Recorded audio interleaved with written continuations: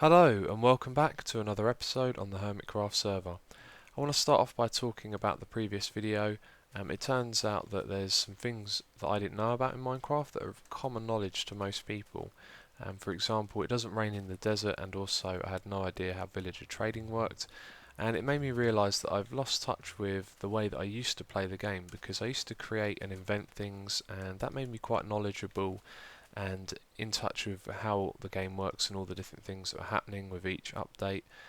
And so yeah, I've become more focused over time on LPing and playing here on Hermitcraft, and I've become lazy as well, or at least I think it's lazy, because if I come across something that I don't understand, I usually just tend to leave it at that and let you guys tell me what's up, which I don't think's right. I think I should be doing the research, going on the wiki or going into a test world and finding out what's up.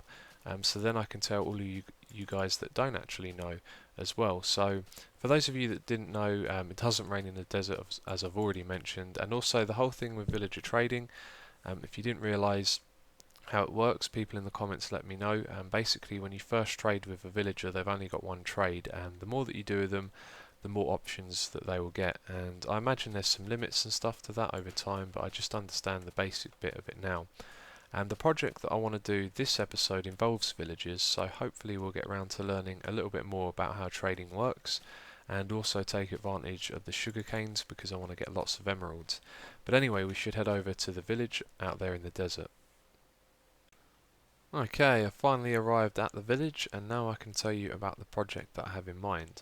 So I think I mentioned it last episode that I was thinking about redoing this place up and rebuilding it, and in previous episodes I talked about stepping outside of my comfort zone. So whatever I do decide to build, I think I'll try and get away from my usual style of building and try and do something a little bit different. So I've moved away from the idea of actually rebuilding the village over here, because I want to do a lot of... How did he get outside? And why are you not dead if you're outside? The zombies should have killed you. Hmm. Uh, So yeah, got distracted. What was I talking about? I think I was saying that I didn't want to build... Yeah, I don't want to build the village here anymore, because I want to do a lot of trading, and these villages are going to be quite far away from Avalon, so it makes more sense to actually have them on the island with me, so we can build a little village over there. So a lot of you are suggesting different themes oh, to do with the village, and there's some really great ideas, but some of them are a little impractical. And the one I think I liked the most was to build a treetop style village, and that would look great. I think that would be a really interesting project to do, except you would need a jungle biome to build it in, and yeah, over there would be a perfect location, except I want to move all these villages back to Avalon and build it there. So a couple of other suggestions that really fit in were to build hobbit style houses, which I really liked, and also someone suggested building a big underground shrine with a big villager head in the middle of it, and I quite like that idea as well.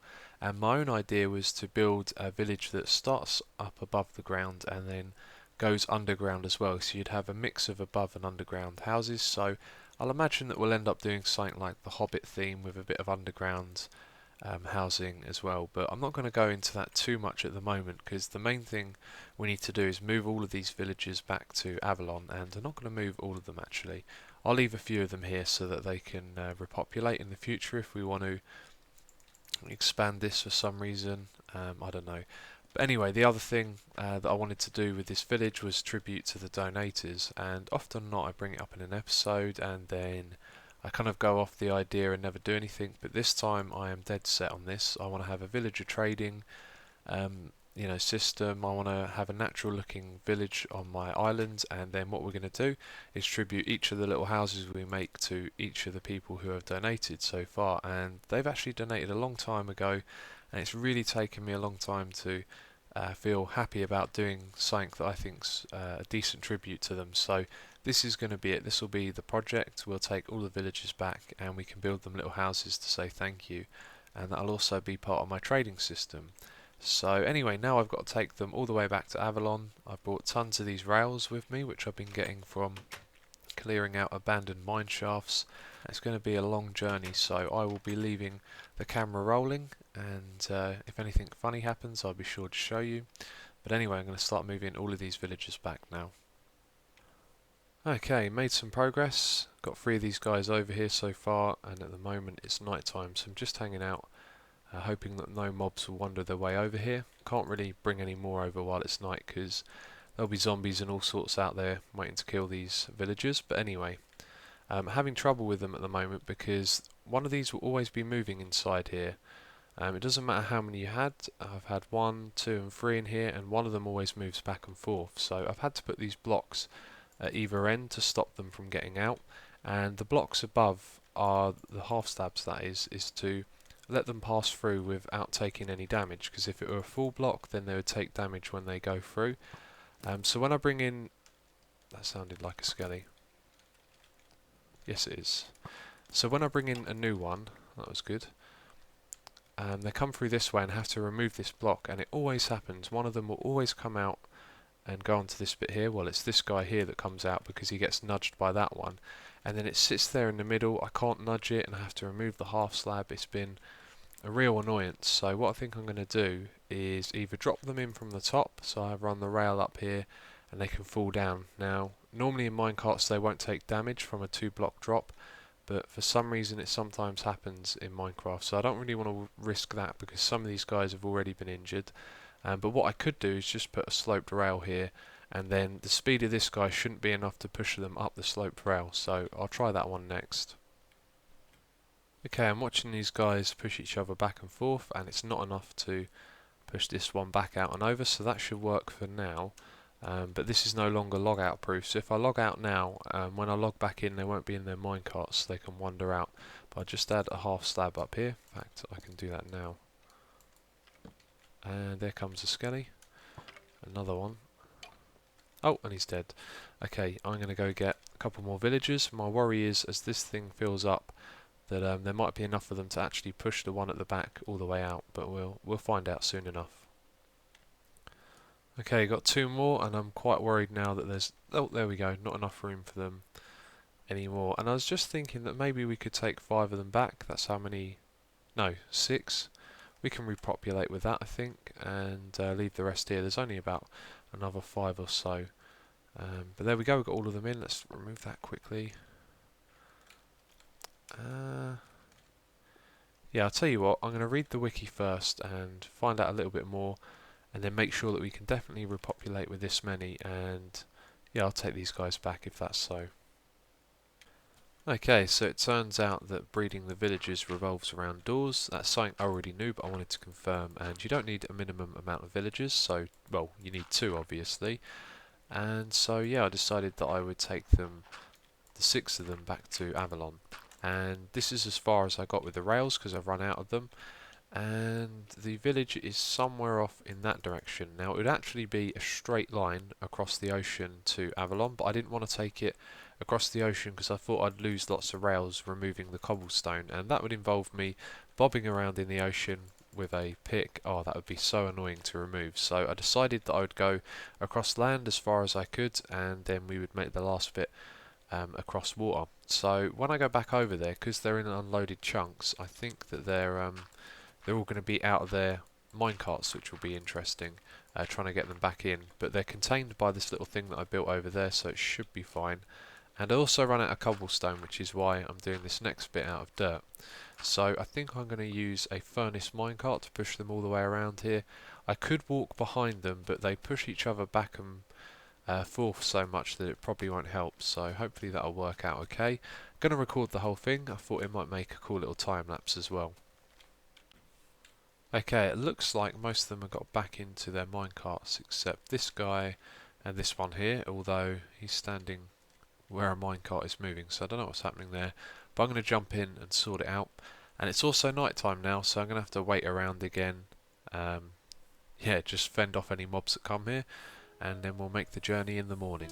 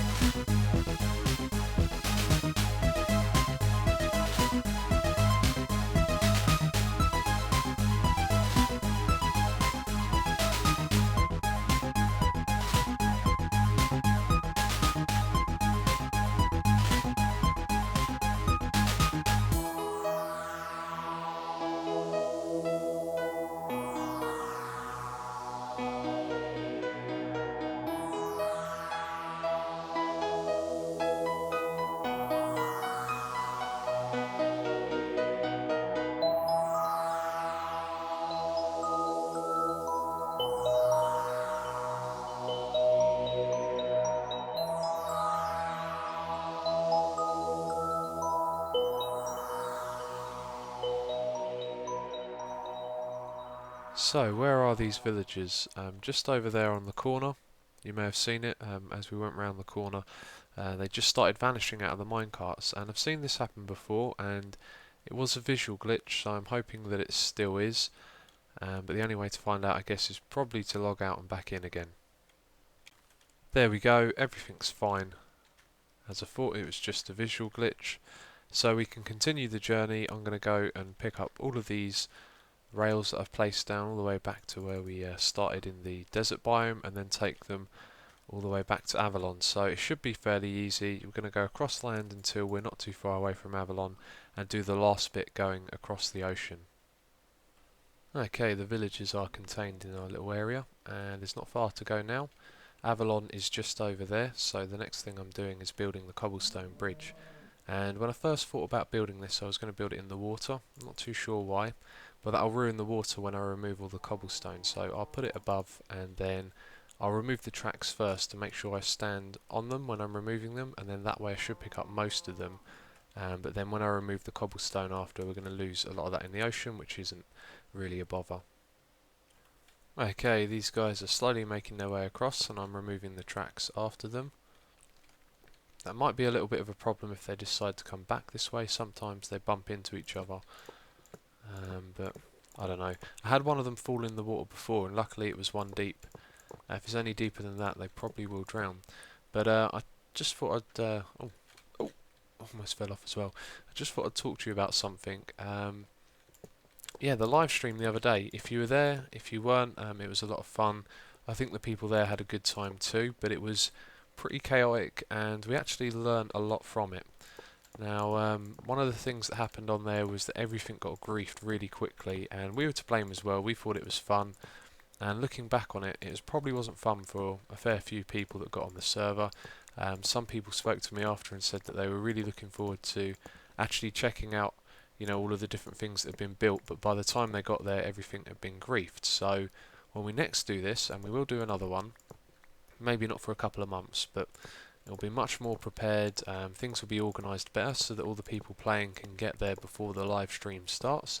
We'll also include lots of fun and games and things like that to do, as well as touring the server, because it doesn't take too long to go around to everyone's base. And what I'll probably do is put everyone who isn't... oh, they've disappeared again. Who isn't an OP or a member of Hermitcraft into adventure mode. So they... oh, this is the tricky bit. Oh, there we go, perfect. So yeah, putting everyone in adventure mode would just mean that no one could break blocks, and then everyone would be free to have a look around, see everything without anything getting griefed or destroyed. Okay, I'm almost done. The villagers are invisible at the moment, and there's only 5 of them here because I had a little bit of a disaster. I was removing the tracks behind them as I go, because sometimes they do this weird thing where the one at the back gets pushed and all of a sudden it goes really fast and you can barely catch it up. And I was removing one just here, and I removed the block below. A villager fell down below. He's okay though, I managed to get him in a minecart, so I just got to take this guy back up to the top there.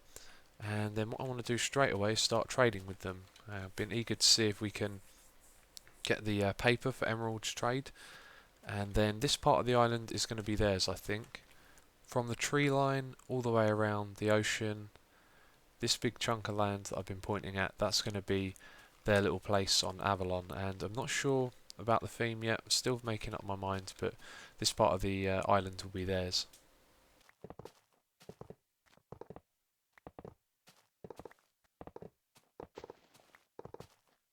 Okay, we are now ready to trade, and all of these guys want emeralds in exchange for something, except this guy over here who's accepting wheat. And oh, it would appear that... oh yeah, we traded wheat with him when we were way back over, yeah, on the desert village. So you can now trade for raw chicken, but that's not better. Wheat is good for me. 19 wheat for 1 emerald, that's a good trade, because we got the wheat farm over there, and I can invest some time and get lots of wheat because I have a large supply of bone meal. So I'm going to be doing that and then trading with this guy. But before we do that, you may have noticed that I'm level 30, and I've been doing a lot of caving and exploring mine shafts. I'm not going to do a test anytime soon. I think I'm going to do lots and lots of caving over time, and then do test in the future, because I don't think the rates are really going to improve for that long a time. But yeah, just by fighting the mobs in there and collecting all of the XP from ores, I've got myself up to level 30, and I think it's actually really well balanced, the amount of time spent caving and getting ore for the amount of XP that you get in return. But obviously, I'm a technical player, and I imagine lots of you are as well, so we have our mob farms, and for us it's kind of overpowered. But anyway, what I want to do is enchant a new pick, and I don't actually have any of my really broken picks down here, but what I'm going to do is take one of these efficiency 4, I think I've even got an efficiency 3, we'll take that one there, and I'll go get one of my almost used up picks and yeah, put them together and do an enchantment that way, because I don't think I really want to use this, and if I use one of my old ones, rather than spending more diamonds on picks, we can just yeah, repair them and make a new enchantment. Okay, let's craft these together and hope for some good luck. Okay, here we go, level 30. And that's actually quite good because I don't have a fortune 3 pick, so, well, I do have one, but it's running very low, so I'm definitely happy with that. Been using this for about 10 minutes and I've got an absolute ton of wheat, which is great. But something even cooler, in 1.3 this has been changed. You'll see that now when I use the bone meal on the crops, I can't actually put more bone meal on the fully grown wheat, which is great, and that means that this farm is even more efficient now, so I'm really happy with that. Oh, bit of lag. Okay, I've got a large amount of wheat with me, because once we made this trade, we might not get it back for a while. And yeah, I've been reading on the wiki, you can make 13 of these trades. We've already made a couple already, and then after you've made those 13, it's going to disappear, but not while the inventory's open, so let's trade loads of this for emeralds.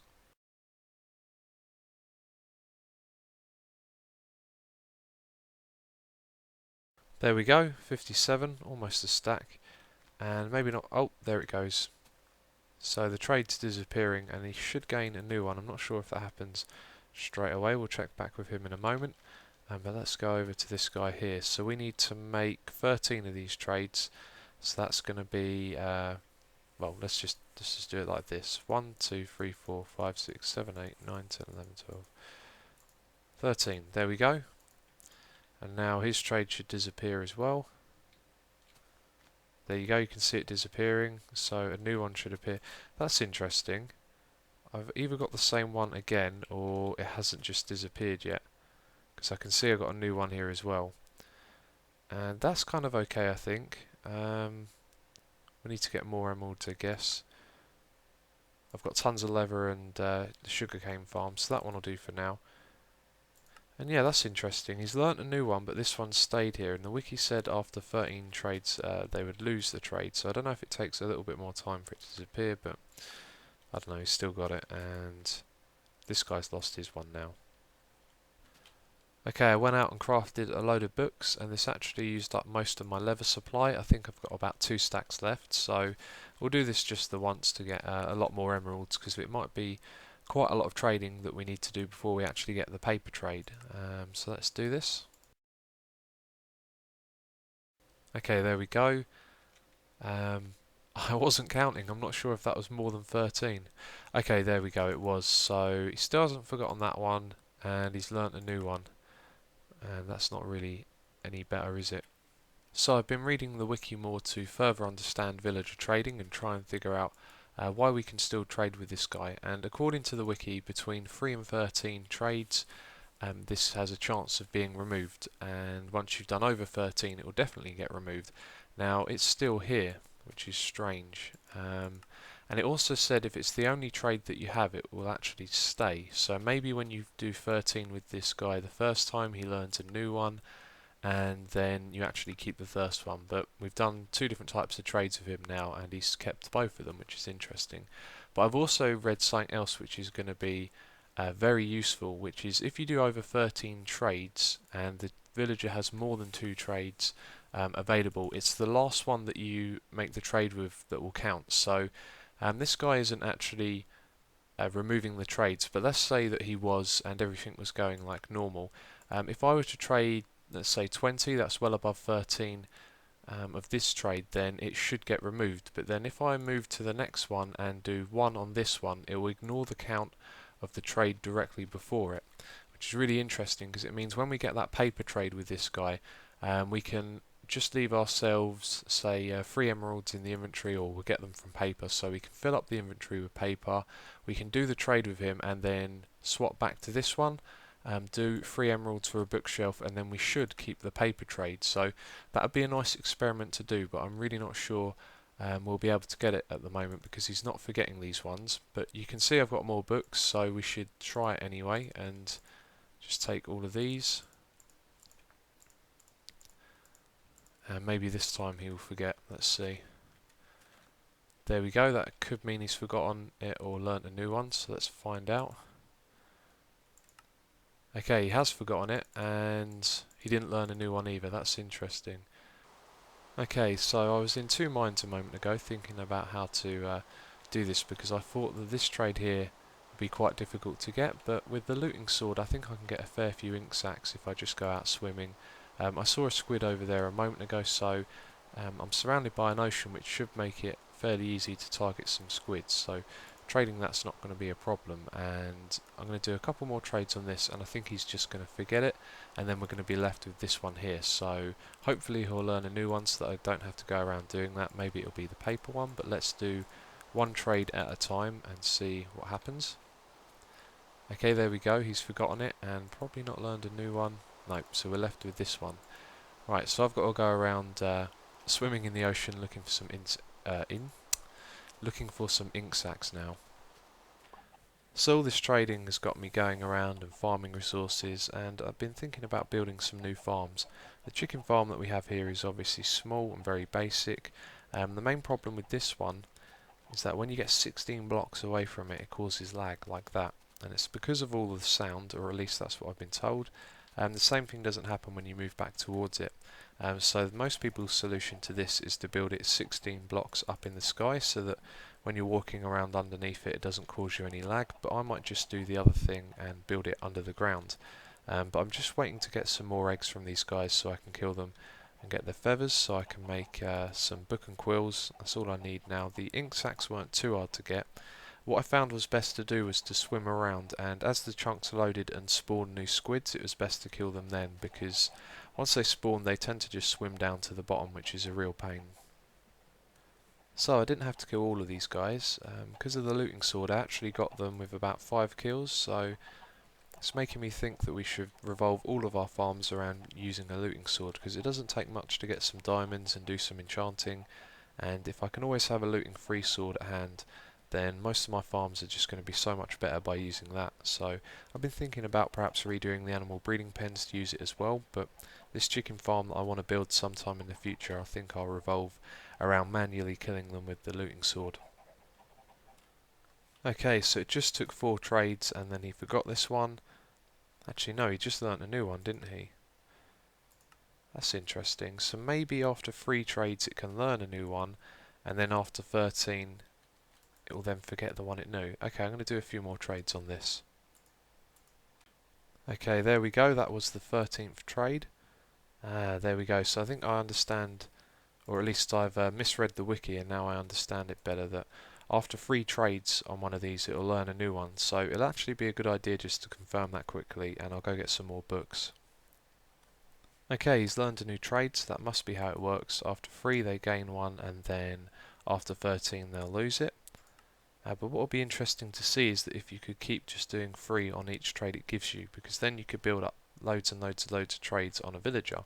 But that's a project I think I'll do another time. It'll be interesting to find out how many trades they can store at once. So I'm now really tempted to try and get that paper trade. I was going to say it looks like we're not having much luck, and this is really expensive, but if we get the paper one we'll definitely get all of these emeralds back, so wish me good luck. And I never use the clocks or the compasses in this game, so they're totally useless to me. Come on, learn a new one. There we go. Let's hope for paper. Oh well. Oh, actually, I could make one more of these and then see what we get with that one as well. Okay, let's learn another trade. I'll take that and that, and that's the 3rd one. So now he should learn yet again another skill. Sorry, skill, trade. What am I talking about? At last, the paper, and I'm fairly sure that's quite steep. I'll just check the wiki and see if that's the better trade you can get. Okay, so it turns out that 29 is actually the steepest one you can get, and the cheapest is 19. But I feel like I've learned quite a lot about the trading today, and I've put it all into perspective, and I think I've got a really good plan for how you could really abuse this and get tons and tons of emeralds. And it's mostly based around how EFO does it, except I've got a few suggestions for any of you if you want to try it yourselves. I'm thinking about doing it because what I'd need to do is go off somewhere and build an absolutely enormous sugarcane farm like he did to get all the sugarcane you would need to abuse this, but I'll just explain it to you in a bit more detail. So what we can do is learn lots of trades by just doing free with them each time. It'd also be interesting to keep trading and just doing free and keeping all of these old ones and finding out if we can have more than one paper one at once. So we could keep this one and try and get the cheaper one. But what I would personally do is the trick where we're going to trade as many paper as we can, and then last of all we trade a written book for an emerald or one other trade. So the trade count goes to that one and not to the paper, but I'd still need to confirm that. And so the other thing I would do is actually make a machine with some dispensers that give you paper, maybe have some water flowing around to a single point, which is where you stand when you're trading, and I'd set the dispensers to fire off at a particular pace so that you could fill them all up, fill up your inventory with paper as well, and then just sit here and constantly trade while the dispensers give you more and more paper. So you could do it for as long as possible, and then your last trade would be an emerald or something, another item, so that one takes the trade count instead of the paper. So I've got all of my paper and we're going to trade with this guy. I know it's not the best deal, but what we're going to do is trade with him 3 times so he learns another one.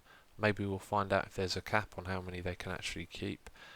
Maybe we'll even get paper and get a better deal, get more emeralds out of all of this paper. But then what I'll do is I'll trade with him as much as I can till all my paper's gone, and then I'll do one trade for the emeralds for the clock, or maybe I'll get some more books because that's cheaper. And then we'll find out if the trade count for all the trading we've done with the paper does actually get passed on to the other ones. So once I've finished trading, when I right click on him again, the paper one should still be there if the wiki is correct.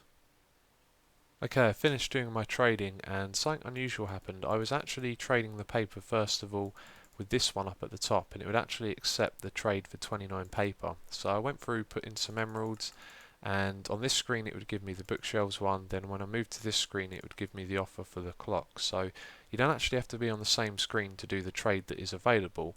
Now it would be interesting to find out, and I'll do this another test in the future, would be to do the trade for paper but leave it on this screen and see if it takes this trade away rather than the paper one. But anyway, we've done all our trading on paper, so last of all we're going to do one of these and see if we keep the paper trade.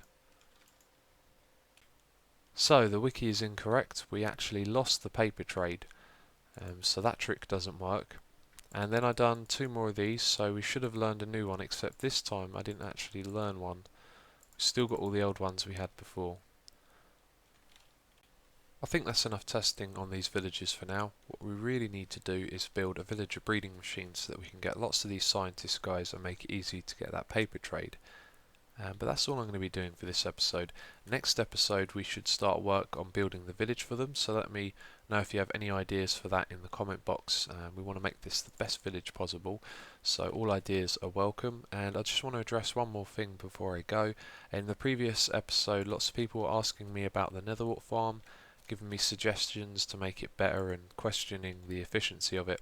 Just wanted to state that that farm was really just about the aesthetical looks. I had an image of how the farm would work in my mind and I just thought I'd go ahead and build it, so it wasn't an attempt to be the most effective farm there was. But anyway, thank you for watching and I'll catch you next time.